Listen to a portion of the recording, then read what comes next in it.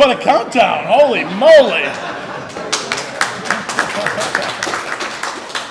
It's like there's a sport coming up or something. Is something starting soon? I have no idea. Good morning, everybody. Good morning. I wonder if you will help start this service with our call to worship as folks still continue to gather. We watch this morning for the light that the darkness has not overcome. We watch for the fire that was in the beginning and burns still in the brilliance of the risen sun. We watch for the glow of life that gleams in the growing earth and glistens in sea and sky. We watch for your light, O God, in the eyes of every living creature and in the ever-living flames of our souls. If the grace of seeing were ours this day, we would glimpse you in all that lives. Grant us the grace of seeing this morning. Grant us the grace of seeing always. Oh man, I wonder if you'll rise up in body or spirit and join me in a beautiful hymn for today when we come to the table. The hymn is called A Place.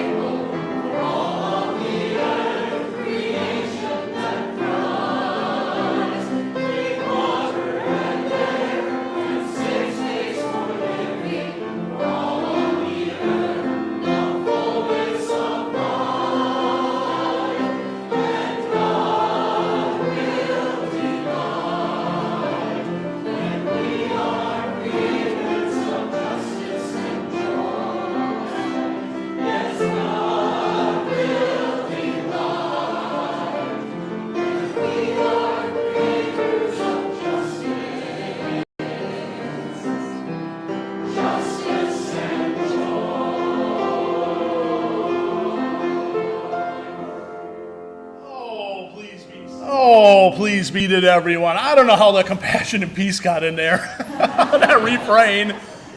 I was passionate for some more words, I guess, and just stuck them on in there, even though they do not belong there. What a beautiful song that is. What a vision for our world, a place at the table for everyone. Good morning, everybody. Good morning. Welcome to Faith United Church of Christ on this beautiful Sunday morning here in sunny Dunedin, Florida. Special welcome to any visitors we have with us, first-time visitors, return visitors. We are delighted to have you, and to our online community. Special welcome to you as well, wherever you're coming from this day. Special welcome to any visitors who are joining us online as well for the first or second time. We're delighted to have you. If you're in person with us, go ahead and sign our friendship book, which we keep on the table, the gathering space. We can keep you apprised of all the happenings we have here. And if you're online, YouTube, subscribe, Facebook, like, and share. And if you want to get on that same email list, just send a note to office@faithucc.org, and we will get you on it. A lot of words. A lot of words. Hey, a couple of announcements coming up. David Oliver Willis concert is just a couple weeks away, 7 o'clock on September 24th. Tickets are $15. Get you in the door, get you to enjoy some beautiful music by this two-time American Idol person. Two-time American Idol, is it? Finalist. Oh my gosh. Well, that's even better, right? Finalist. Pizza, all sorts of good stuff. So plan to come on out. You can get your tickets at the door or today, or you can get them anytime through the 24th. $15 gets you a lot of fun. Should be a really good night. Next week is our strategic planning session, the first one on September 11th. Remember, we're going to do 3 of these, one each month. We're going to have Neil Watkins from the Florida Conference, a church development leader with the Florida Conference. He will be with us, guiding us through what I think is going to be a really fascinating process. Neil will be offering up a sermon next Sunday, and then sticking around right afterwards to guide us to the first strategic planning session. There'll be food. We'll have food in here. You can bring food back in here. Maybe it takes just a short amount of time to eat, and then we'll come in here and see what Neil has to offer us and talk about where are we going? Where are we going a year from now? Where are we going in 3 years? Where are we going 5 years? Exciting things to talk about in what is really an exciting time for us. So please do. I think we're signing up, right, Fran? We're looking for Marge, you got something to say about that? No, just sign up with either one of us. Okay. Yep. Great. We already have 65 people who have signed up. Wow. But there may be folks that have not signed up yet. I need to know if you're going to show up next Sunday so that we can plan the food. So please let me know. Members, visitors, we're very transparent. We want lots of voices in this. Yeah. But please let me know. It promises to be a good day. 65 signed up already. Wow. Congratulations, Faith UCC. You're really taking this seriously. That is fantastic. Neil's pretty impressed with us. I don't want to speak for him, but he's kind of said some things to us when we've been meeting with him in leadership team planning sessions. And he says most churches would kill to have the problems that you perceive you have. I mean, it's something like that. I'm paraphrasing him, but he said, what you guys think are problems, most churches would kill to have your problems. So it's going to be a really exciting time. So if you haven't signed up, go ahead and sign up today, and then plan to stick around next Sunday on September 11th. Beyond the Bible, we've been having our fun little sermon theme here. Well, in 2 weeks we're going to go back to the Bible, and and then we're going to go beyond the Bible again. But I'm going to wrap up this theme here with some more Buddhism today, and then I'm going to do a parable. I really want to explore. It's amazing. You get away from the Bible for a little bit, and you kind of start craving some of those stories, especially those challenging ones of Jesus again. So in a couple of weeks, we're going to get into a new sermon series. So watch for more information on that. It will be, no doubt, very exciting. Some concern. I just want to lift up a couple concerns. Hold Janet Stout in your hearts and prayers. Janet is traveling to Illinois today, actually. Her sister passed away this week, and she was 85 years old. And they were very close, and Janet's pretty torn up over this one. So obviously losing a sister is no easy thing. So hold Janet in your hearts and prayers as she travels and goes to say goodbye to her sister Gloria, who passed away this week. Also hold Preston Kavanaugh in your hearts and prayers. Preston was hospitalized. The good news is he's home now. He's feeling better. Talked to them the other night. But continue to hold him and Lois and their family in your hearts and prayers. Continue to hold Ron and Suzette Hughes in your hearts and prayers. They've been going through a heck of a lot of struggles. Haven't had a check-in in a little bit, but let's just keep lifting them up because they're going through loss of Ron's father and a pretty invasive surgery for Suzette. So we're thinking about you, Hughes family. And also hold up Mama Liz. Mama Liz really wanted to be here today. She's like, Pastor, I'm going to get there. And then she called me and said, I'm not going to get there. She's just in a lot of pain, and she really wanted to be here. So she said, will you please pass on my love to this congregation? So hold Mama Liz in your hearts and prayers for comfort and some better days of health to come. Also continue to hold Dolores Abad. She is home, hoping to get a little more physical therapy than she's receiving now, but she is home. And that's a very good thing. Concerns you want to lift up this day? We have a microphone out here. If you have some concerns you want to lift, go ahead, Fran. I just want to lift up Ginny Van Soyek, who fell this week. She didn't break anything, but she's in an awful lot of pain. Check in with her later today. Thanks, Fran. Hold Ginny in your hearts and prayers. Any other concerns here? My sister Julie, she lives over by Jupiter, Florida, and she's suffering with both of her hips need replaced, and her back is all messed up in pain. And so we talked to her last night, and she wasn't feeling very well, so hold her. Absolutely. Your sister Julie. Hold her in our hearts and prayers. Absolutely, Tom. Any other concerns you want to lift up? Oh, see the back. Marianne. My daughter Gigi, her best friend Pearl, who's 11 years old, it looks like she's going to have brain surgery. But it's not a tumor, it's something that should be kind of minor, we're hoping, but it's neurosurgery, and she's 11. So if we could all just think about Pearl, she's really scared, and just help her get through that. She's my favorite friend of my kids. We lift up Gigi's friend Pearl. And you know what, Marianne, we have a prayer bear with her name on it. If you'd like to get that to her, so let's connect after the service. And yeah, absolutely. Any other concerns this day you'd like to lift up to this praying and loving community? How many joys? Any joys you want to celebrate this day? I think joyful. It's Labor Day weekend. That's a joy, right? Hot dogs and car sales and, all that stuff. The Rays beat the Yankees. That's a joy, isn't it? Yeah, there you go. Anytime you beat those stinking Yankees, it's a good. Sorry for any Yankees fans out there, but You didn't fall asleep watching the game? Oh yeah. I usually fall asleep watching baseball, so yeah. Baseball is like one of my sermons. Just puts me right out. Sleep like a baby. I have a joy. Celebrate that joy. Okay, on Tuesday, Glenn will have a birthday. I won't tell you how old, but he's eligible for Medicare. Happy birthday, Glenn. Absolutely. Happy birthday. I'll add my wife to that. 21 years old today? This week, yeah. Yeah, metric. He's metric. I'll have my wife to that. She celebrates her birthday as well next Saturday. And she said, the only thing I want for my birthday from you is to get your hair cut. So apparently, this is it, folks. This is it. Enjoy it while it's here. I think it's going away. It's going away. Happy birthday, honey. How many pounds of sugar did we get? I don't know. I'll work on that. Oh, I don't know. I didn't get a count. You were going to We're get 275 pounds of 234. 234. Turn it in early because they were closed. 234 pounds, not 275,000 like it says on our new screen up there. That'd be something if you guys brought in 275,000 pounds of food. Whew, I'd really get my hair cut for that. Yeah, 235 pounds. It was a shorter week, so thank you to all who were able to donate.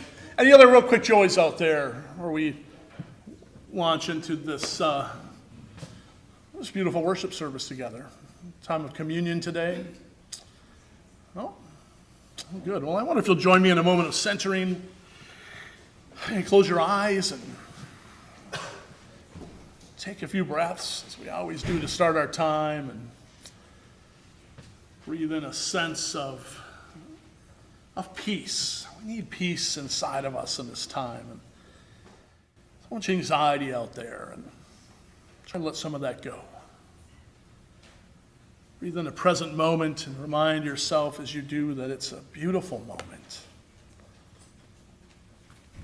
Present moment.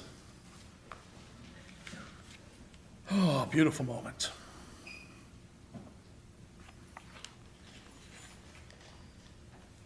I'm going to pray a prayer by the great,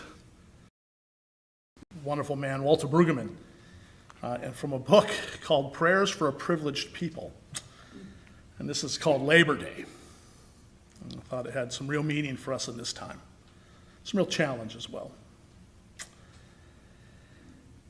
We are again at our annual moment to honor labor, to remember those who do hard work, to recall tales of depression, poverty, to wonder at our surging economy. And we are aware that labor today is surrounded by hostile euphemisms, downgrading, outsourcing, minimum wage, 401ks, all strategies to cut costs, with the result that laborers are put more at risk. All the while we indulge in endless extravagance. So let us be mindful this day that most hard labor in our country by people maybe not a lot like us. Other people who lack our advanced skills and connections, and who settle for being labor that is cheap, while food and housing continue to grow more expensive.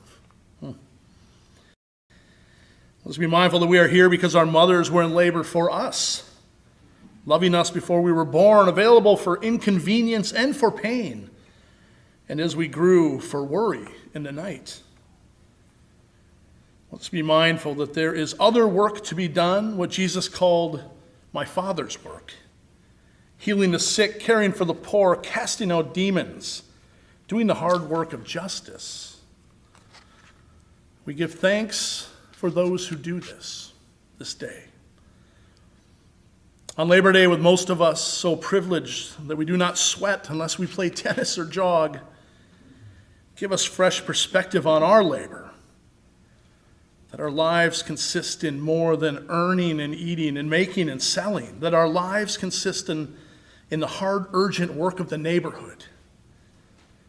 Empower us as you did our mothers, that we may birth new well-being, that neighbors may live in justice, that we may know the joy of compassion that overrides the drudgery of our common day. We pray in the name of Jesus, for whom we know your own self-giving life, for we gladly confess that, quote, no man works like him. On this Labor Day, we give thanks. Amen. Thank you, Walter Brueggemann. That was something. Let's journey ever deeper into this time together with our choir. And a quick note, you're noticing words on the screen. We're trying, as our ever-evolving technology, we're trying to make it easier for folks that are maybe have a little harder time hearing to be able to read the words on the screen. So again, this is our first time, so be gentle with us. Yes,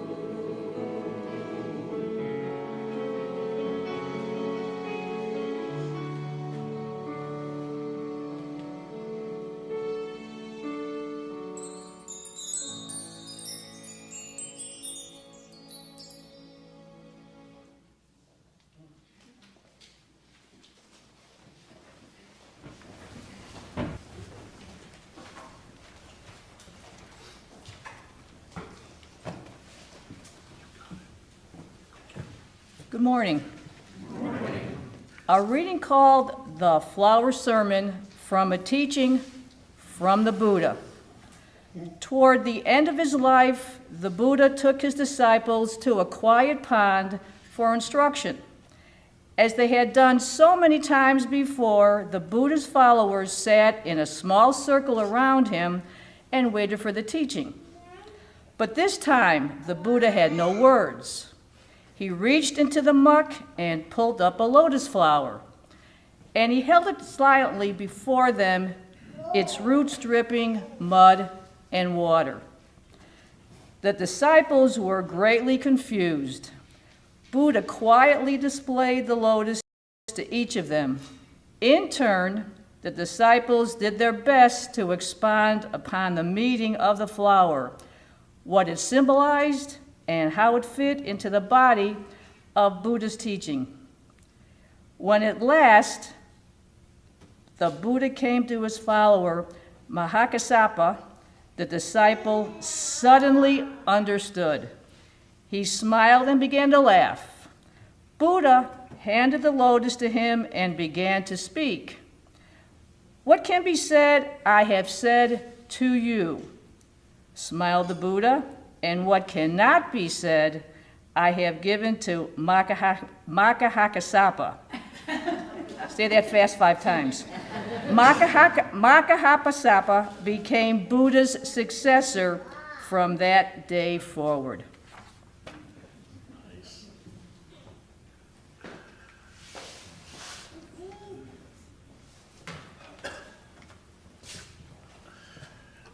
I thought you did a fine job with that nap. I literally handed that scripture to her at like 10:20. Said, "Good luck with Mahakassapa, Sapa." I don't know what's going on up there, but so I hope that you were enjoying this sermon series we are calling Beyond the Bible. Exploration of the spiritual world and spiritual readings that exist outside and kind of beyond the safe confines of our own religious tradition and its own sacred scriptures. Thus far, we have gone beyond the Bible by, we'll recap for those that might have missed something, by journeying through the cosmos, our first week, through the lens of the James Webb Telescope, asking how we are so interconnected with all that Webb Telescope is discovering right now. That was fascinating. We journeyed into the heretical and banned gospel of one Mary and explored the power of the feminine divine. We lost ourselves in the amazing and spiritually rich poetry and words of Mary Oliver. Remember that one? Who invited us to look deeply into the world, just peer deeply into the ordinary. Now, last week we introduced ourselves to Buddhism and its call to live with mindfulness in each and every moment and to see really each moment as a lifetime to be fulfilled. Yes, we even sang Tim McGraw last week. Something I didn't think we'd ever do during a service. In fact, I was visiting with Mama Liz, and all of a sudden out of nowhere she goes, "Pastor, did I hear you singing?" Because she was watching it at home. She goes, "Did I hear you singing last week?" I said, "Yeah, I was singing Tim McGraw." She was like, "Okay. I don't know what's going on when I'm not there," she said. So I hope, based on last week, you've had some time to reflect on that. Remember that question that I asked you? You know, what would you do if you only had a short time left? And like in that Tim McGraw song, you only had 3 months left to live. What would you do? Did you reflect on that a little bit this week? I hope you did. I hope you did. But for today, today's reflection, I want to stick with the world of Buddhism for just one more week, and I want to explore another of this religion, this beautiful religion, if it's even a religion, beautiful way, one of its central tenets, I think one of its most important tenets, and that is that everything changes. Everything in life changes. It's the idea they call impermanence. Have you heard that word before? Impermanence, and it invites us to ask questions like, that's what I want to do today. What does it mean to acknowledge the fact that everything changes? Especially for people that like to keep everything the same, right? Yeah, that's That's us, oftentimes, our finicky humanity. And how can impermanence help us overcome suffering in our lives, which Buddhism says is the sole problem to human existence, is suffering.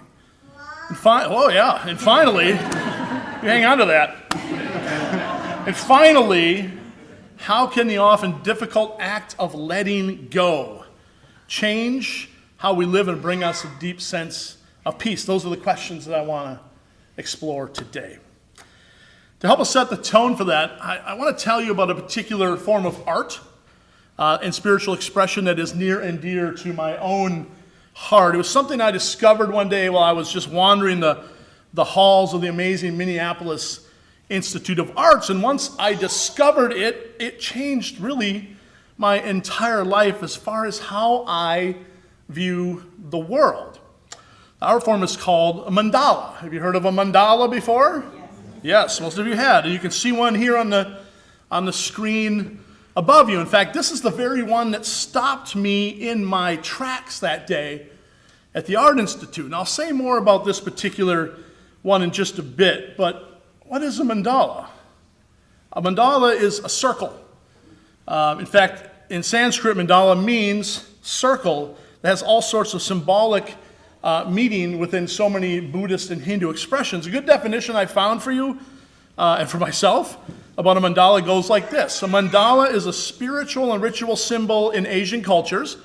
It can be understood in two different ways: externally as a visual representation of the universe, or internally as a guide for several practices that take place in many Asian traditions, including meditation.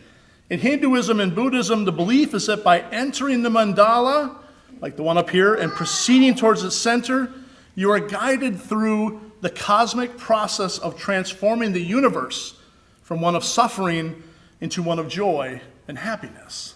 It's a good definition of mandala. Joseph Campbell says, my favorite, Joseph Campbell, you hear me say it often, mandala is a Sanskrit word for circle, but a circle that is coordinated or symbolically designed so that the meaning has cosmic order.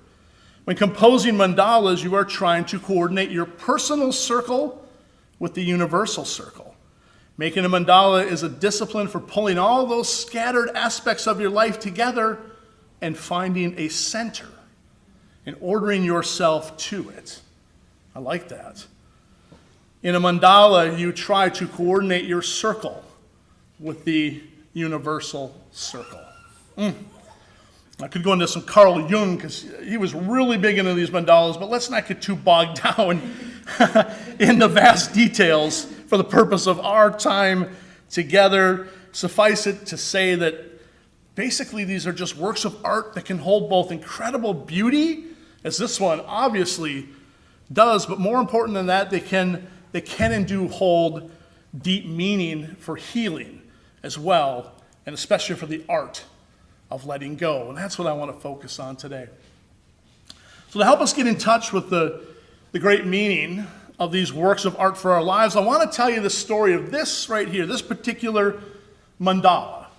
And keep in mind that mandalas come in all sorts of other manifestations. You've likely, who here's colored one? Anybody here colored a mandala? Yeah? See, I've seen some heads nodding. Oh yeah, really? Big, oh yes, big mandala colorer. Let me just say, be careful doing that. Apparently, I read some articles on that's where the devil resides in coloring mandalas. And if you open yourself up, you're letting the demons into your life by coloring a mandala. Bring it on. But mandalas can be other things too. They don't just have to be something you color. They can be a Celtic cross. You've all seen those. Or large stained glass rose windows in large cathedrals. Or think of the Native American dream catcher. Or even a medicine wheel. Or think of a labyrinth. You know, many of you here are labyrinth walkers. You go spend time at a local labyrinth here. That is a mandala. And who knows, maybe someday we'll have a labyrinth right out here that you can go walk in a manifestation of a mandala.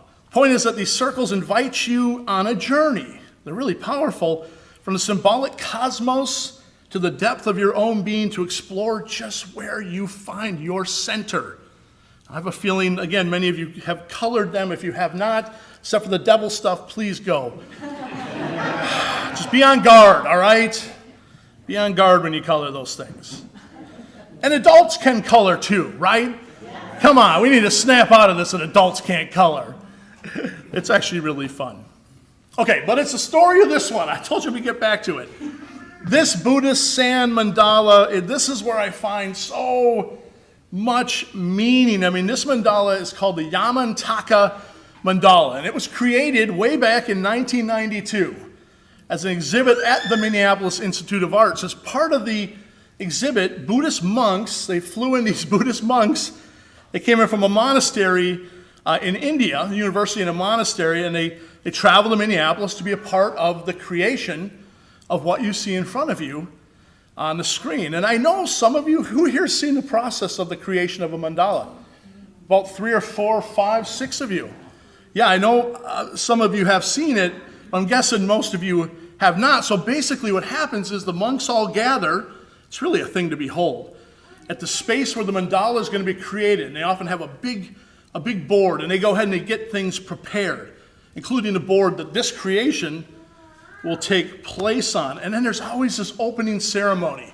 Those of you that have been there, you've seen this, the chanting and the praying. It's so cool, the humming, the om sounds. I mean, you just resonate. And so they do this opening ceremony. And then they go ahead and they create this. And you know what they use to create this? Sand. They literally use sand. You know how big this one is? It's really hard to tell. I'm going to go to the next screen. That's it in the corner there. It's over 8 feet. 8 feet by 8 feet. And it took 4 weeks for these gentle, very patient monks to complete. And when I say complete, I mean the monks, they painstakingly build each detail. You can see right there, there's some of the details with fine sand, filtered through this pipette kind of thing. And they rub it and they make it vibrate, and it kind of oozes that sand out to make these shapes. In fact, every detail here of the work is colored sand. All of it. From the outer ring, let me go back for a second. From the outer ring, with all the figures through the rainbow-looking ring, you see that rainbow?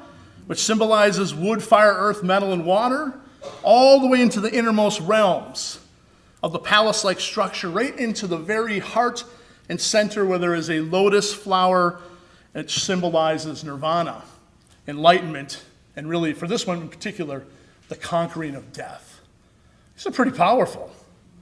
They really are. Now, during the creation of a mandala, the monks will often chant and they pray, adding to the spiritual depth and of the symbolism they're creating through their art. But what makes this one so special, other than the fact that it was created to honor the 1.2 million Tibetans that have lost their lives this century due to political persecution, what's really amazing about it is the fact that you're looking at it. It's the fact that it still exists. You know what I mean by that?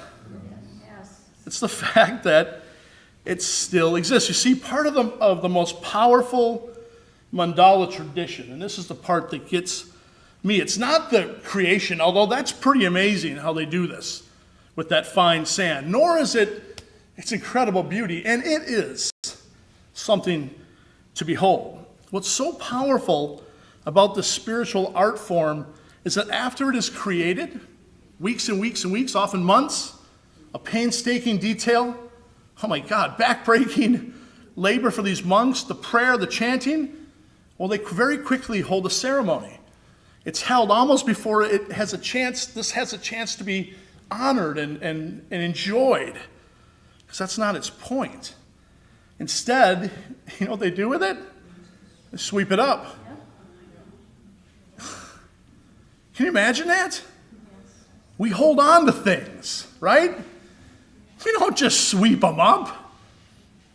Something like that, it's quickly swept up into the center of the big board. This is at least, again, 8 by 8. It's swept up, and then it's placed in like a dustpan, a ceremonial dustpan. Who doesn't have one of those? Ceremonial dustpan, and then it goes in a ceremonial vase of some kind. And then it's very quickly taken to a local river of some kind, and it's poured out. The sand is released into the river. That's the real power of the mandala. It is done to symbolize the idea, again, of impermanence, the truth and reality that life changes. Nothing stays forever. And that in the process of letting go, as they do with these generally, we can actually find the courage and the freedom to live more full lives. I want to offer a more well-rounded definition of impermanence in just a second, but I know there's an elephant in the room here. Not literally, but you know what I mean. You're saying, but Mike, this one's still here. Right? I heard a yeah. What happened to this final really important step of sweeping this thing up and then letting it go in the river? What happened to honoring the tradition that these are supposed to hold?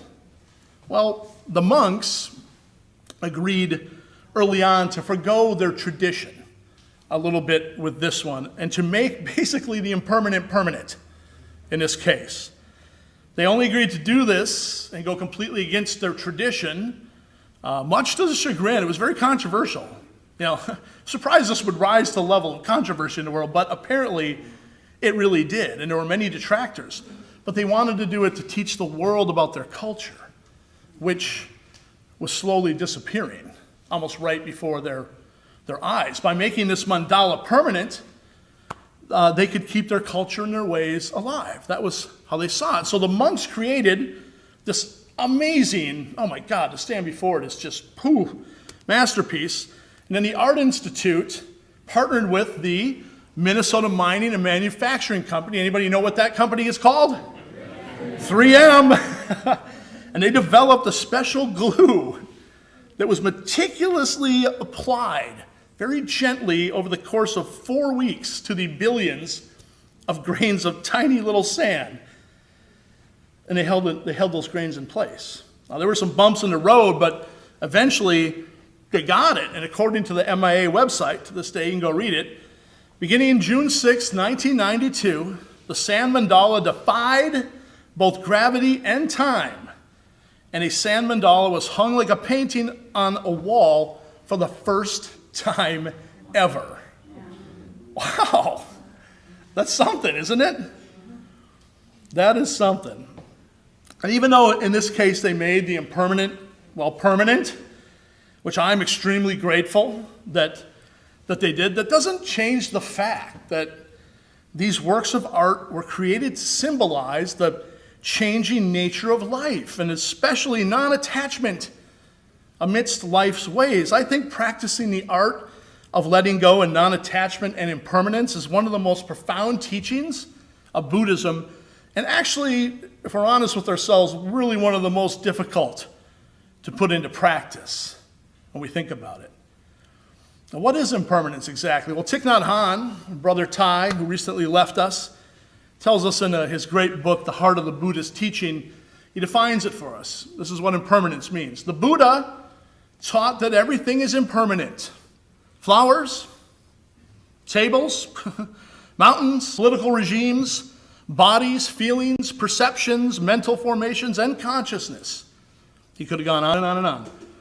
We cannot find anything that is permanent. Flowers decompose, but knowing this does not prevent us from loving flowers. In fact, we are able to love them more because we know how to treasure them while they are still alive. If we learn to look at a flower in a way that impermanence is revealed to us, when it dies, we will not suffer. Impermanence is more than an idea. It is a practice to help us touch reality. He goes on, impermanence teaches us to respect and value every moment and all the precious things around us and inside of us. When we practice the mindfulness of impermanence, we become fresher and more loving.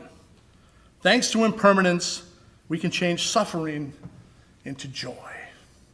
End quote. Everything changes, folks. Everything changes, in other words. Life changes constantly.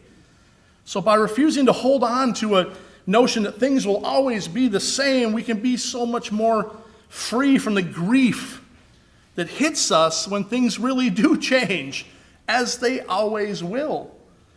Ty says, again, quote, "It is not impermanence that makes us suffer." That's not what makes us suffer. What makes us suffer is wanting things to be permanent when they are not. Change happens, again. But it's how we deal with that reality that makes all the difference in our lives. That's what the Buddha was trying to convey. Go 2 slides up here. When he held that lotus flower in his hand, its roots dripping with mud, for those disciples, Makasapa what was once a cold seedling, dark, down in the dark, thick mud, has risen up through that murky water, and he holds it, a stunning flower of infinite beauty. He just holds it in his hand for them to see. It's beautiful flower up here, almost like this, and its roots dripping with water and mud. There's a lot of metaphors there, isn't there, in that short little sermon. And I'm sure Buddha would laugh at me for misunderstanding all of them. I don't think I'd be the one. But I don't care. I see so much other power in that little sermon, and I see so much in that flower that he holds. There's beauty. There's actually the entire universe contained. Just use this one. It's contained right there within its roots or its soft petals. The entire universe contained there. I see birth and life and change in the growing that it did to reach up through the water to get to the surface. I see struggle in that rising up from the mud and yearning toward the light, something we all do, right? From time to time in our lives, I see constant change, and that the flower has never really even been a single thing. It's been changing and growing in every second of its existence. And yes, that flower will even, this one right here too, will soon cease to even exist. It'll die. Maybe the Buddha would even say it exists and doesn't exist at the same time. I don't know, but that confuses the heck out of me. I'm not going there. In the end, I see change. That's what I see him getting at. Change. And the reality that we cannot hold on to the flower once it does die, but we got to let it go. That's a metaphor, isn't it, for life that he gave us in that short flower sermon. But at the heart of it is the reality that everything in life changes no matter how hard we want to behold it. That's the power of the mandala as well. They both remind us of exactly that. You cannot behold its beauty forever. And in the end, like everything, my God, loved ones, life circumstances, jobs, special times, good times, not so good times, everything changes. Everything changes. And it's how we accept those changes in life and how we let go when the change does come that makes all of the difference. What power in that little sermon. So my question is, seeing the importance of impermanence in our lives and helping us to live more fully in the present moments of our lives, let me ask you, and I asked myself this as well, I asked this all yesterday when I was writing, more answers than I cared for. What are you holding on to right now that you need to let go of? What are you holding on to right now, this moment, that you need to let go of? I created one heck of a list yesterday. What are you holding on to that you need to let go of right now? What are your sands that you carry that need to be swept up like a traditional mandala and released into the proverbial river? What do you need to let go of? If everything changes, what do you need to let go of to live more freely and joyfully with less suffering?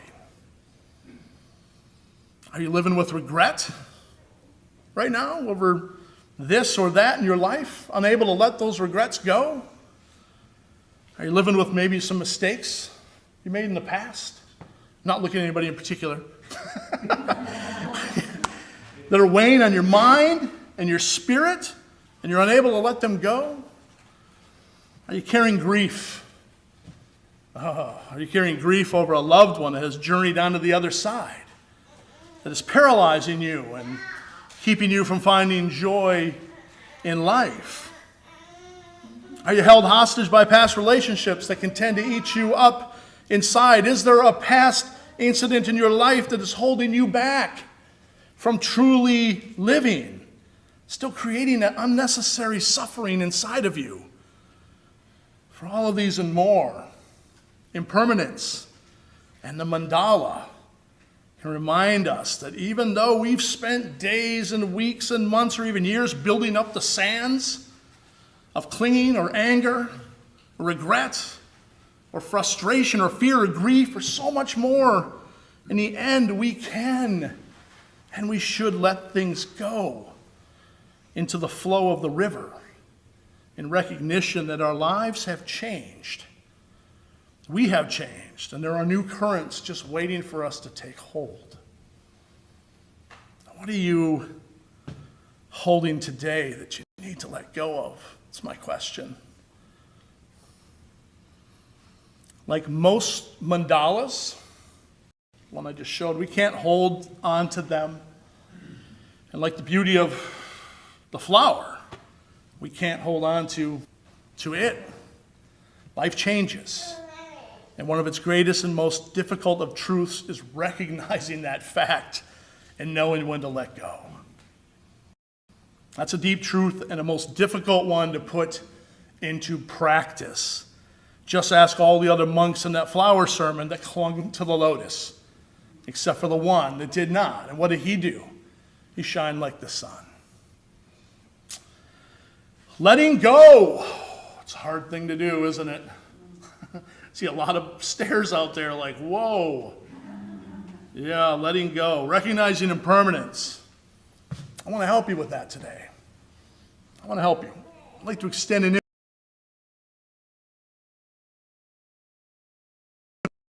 members letting go month.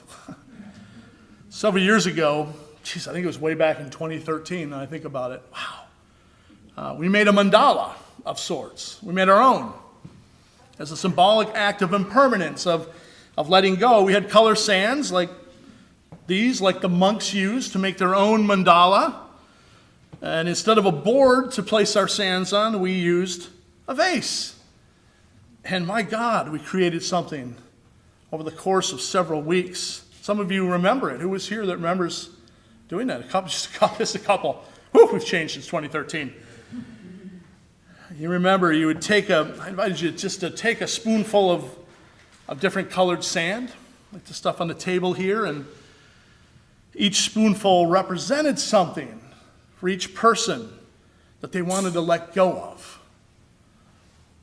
And it would put it in the spoonful and something you think of in your heart that you want to let go of, and you put that spoonful in the vase. And in the end, we created a stunning, beautiful vertical mandala. I wish I had a picture of it still. It was a sight to behold.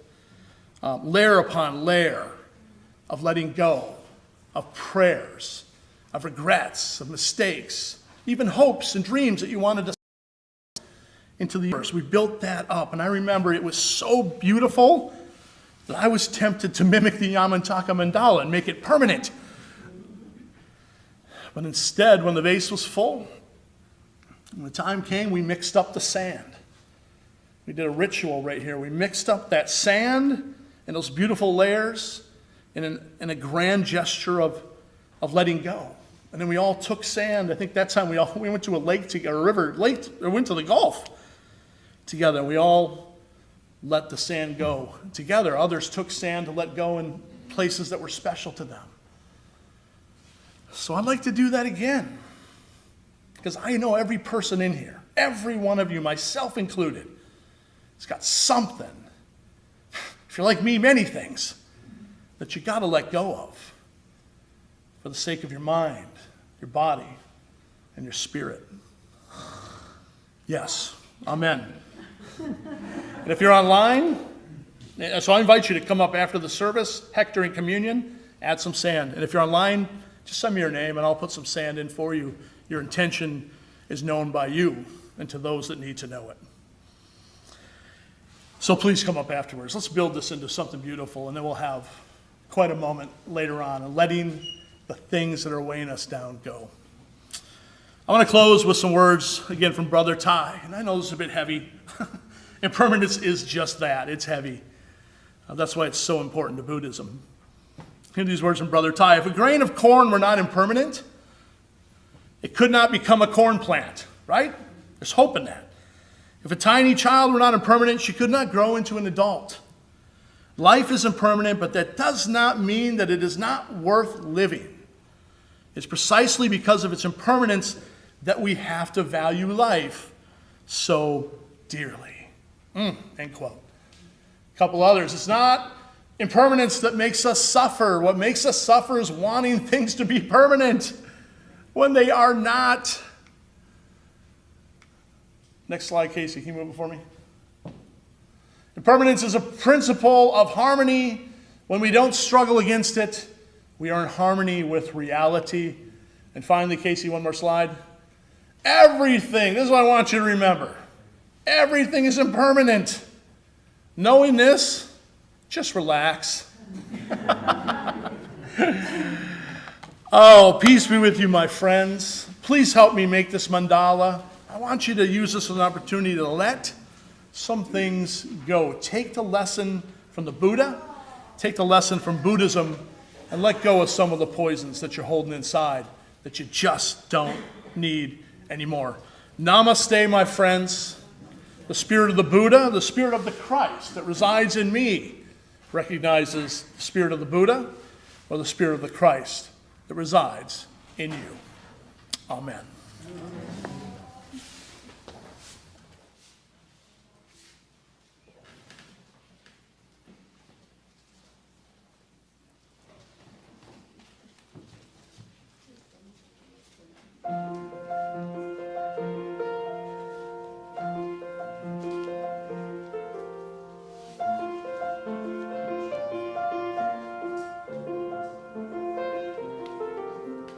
Maker of the morning light, you sing over me. You speak the day and call the night, and you sing over me. Voice that shouts the thunderstorm and tells blind to see. You whisper love into my heart, then you sing over me. Sing over me your songs of joy, your songs of healing and relation, and you sing over me anthems of love, crescendo of love.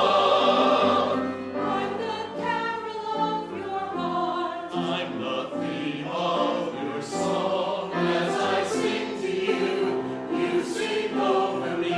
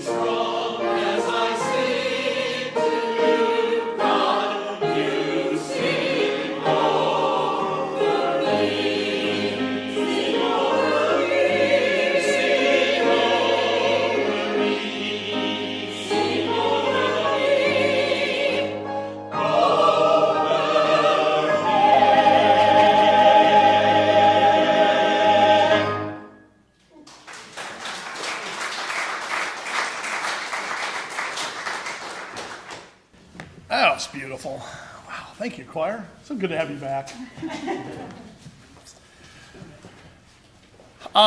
We come together for our time of communion. We're going to gather around the table here to join one another in this sacred meal that the symbolic meal that, as we always say, we call it the Last Supper. Jesus had many suppers, and that's what we're doing here. We're recognizing his call to hospitality and his love of dining with people, and that's what we do together. We learn from one another. We be in community together, and that's the beauty of this table here.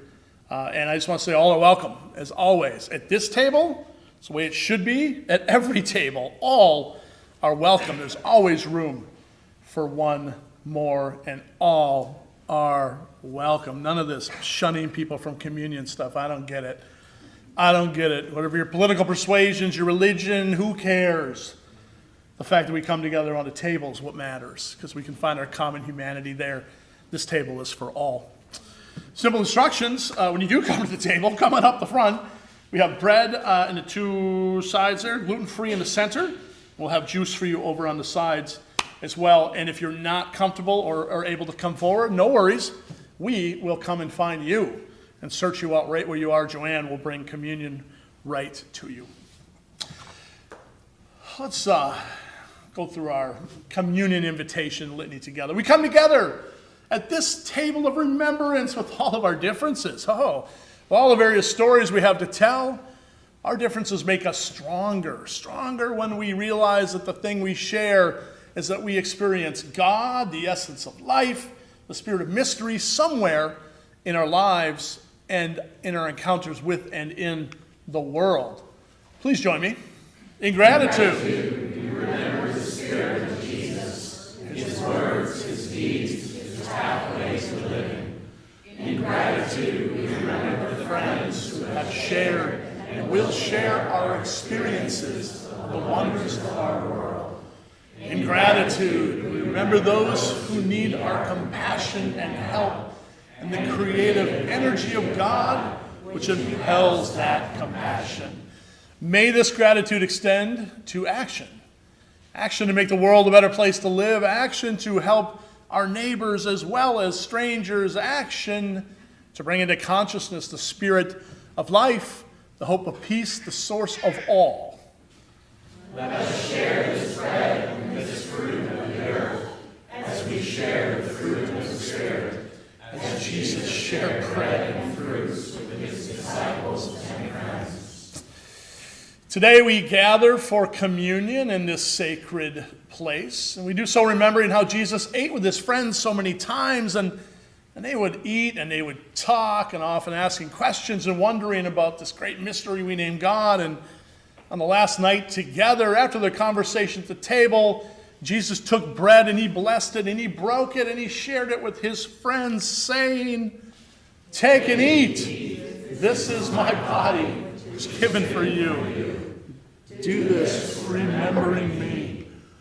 And then Jesus, he took a cup of wine, like this one, and he gave thanks, and he passed it to his disciples, saying, "Drink this, all of you.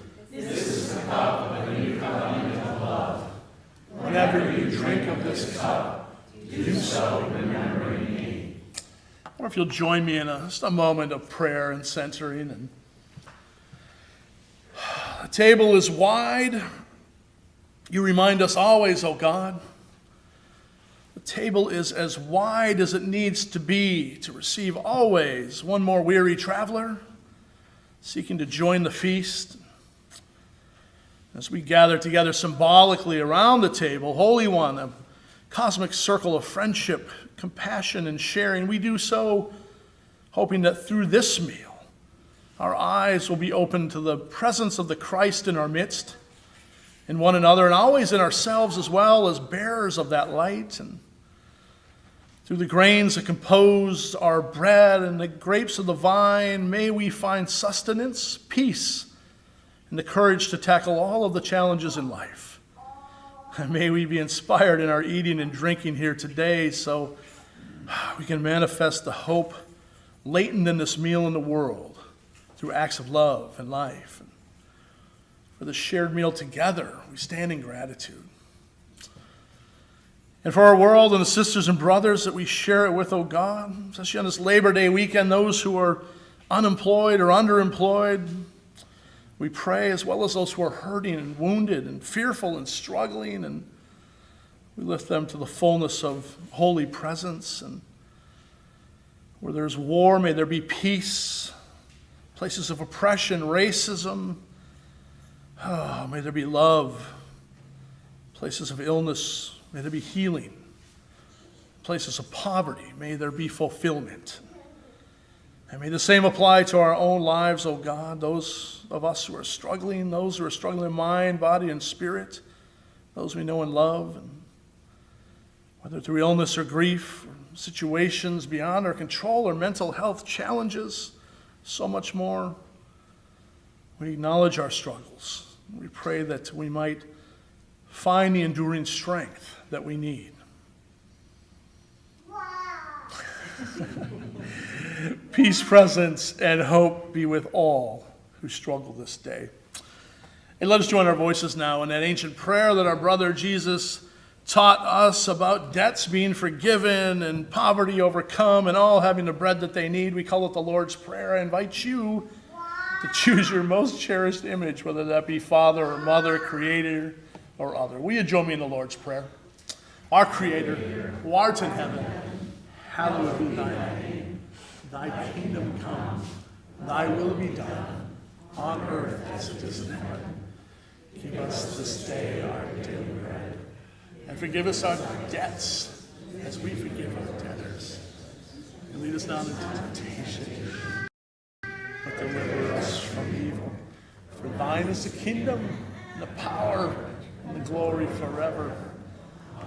Amen. Why don't we, before we come to the table, rise up in body or spirit and join our voices in this beautiful, quick hymn, the servant song, Won't You Let Me Be Your Servant?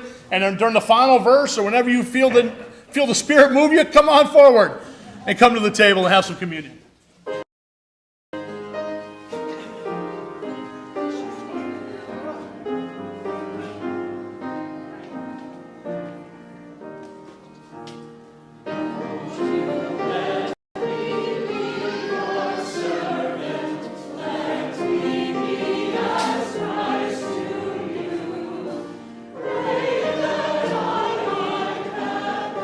Praise you, let you be my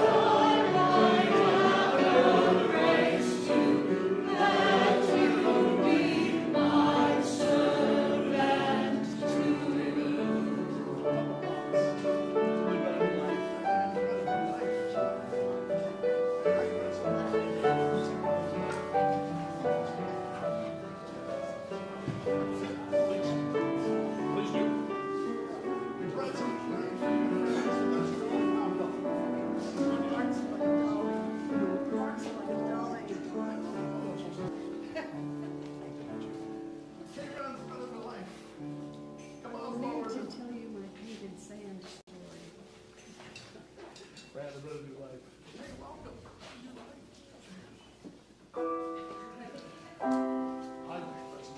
friend.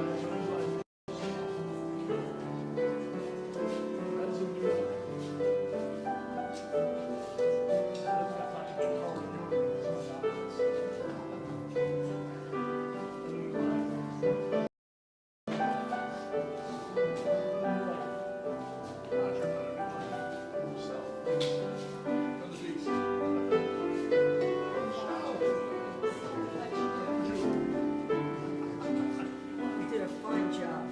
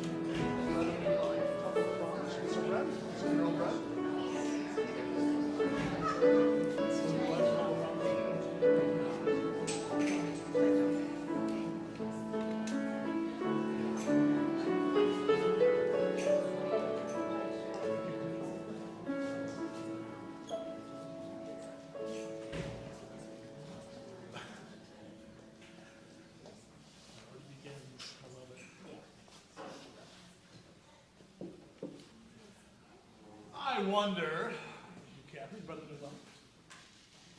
Promise. I want her to join me in our prayer of thanksgiving for that beautiful moment.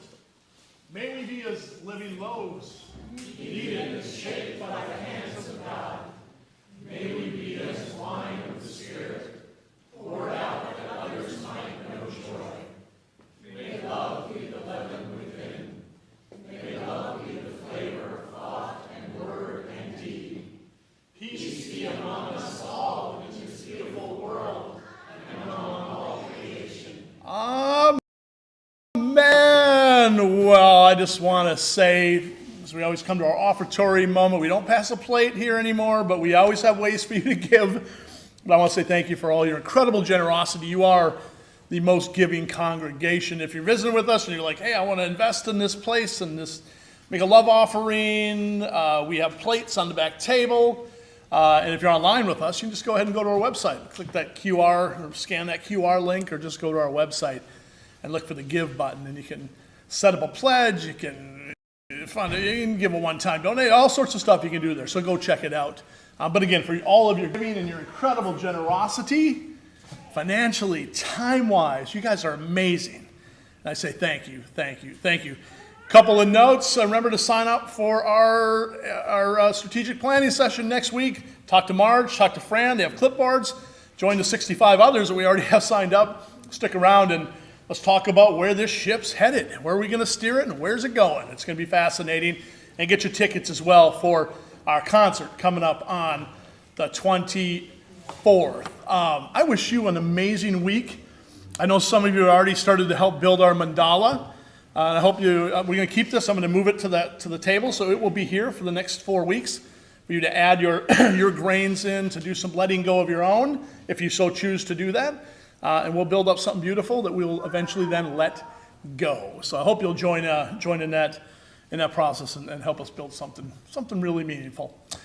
Well, we got one more act before we go about our hospitality time, and I do hope you'll stick around and meet a new friend, greet an old friend, have some fun. There's some good food in there. But before we do that, let's sing our way out of here for peace. Why don't we rise up in body or spirit, join our voices in Let There Be Peace on Earth, and let it begin with us.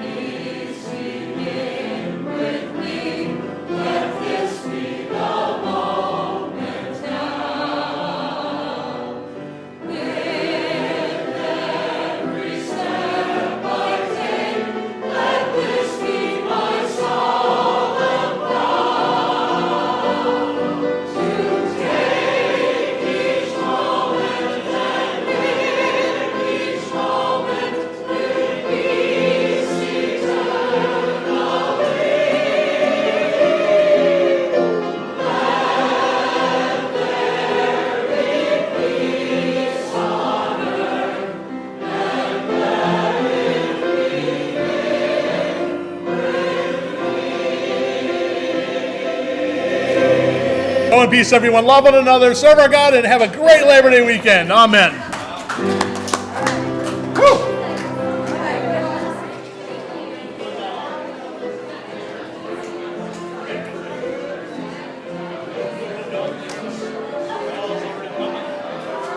The words are wonderful.